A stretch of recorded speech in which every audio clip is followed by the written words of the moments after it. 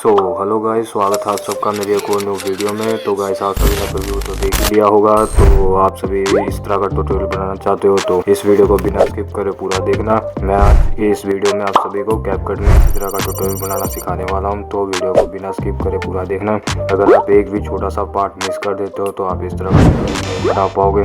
तो बस इतना ही बोलना था आप सभी से। आप सभी वीडियो को एंजॉय करो। मैं आप सभी से मिलता हूँ वीडियो के एंड में। तो बिना किसी देर के आज की इस वीडियो को शुरू करते हैं। It's not a game, it's a rich thing.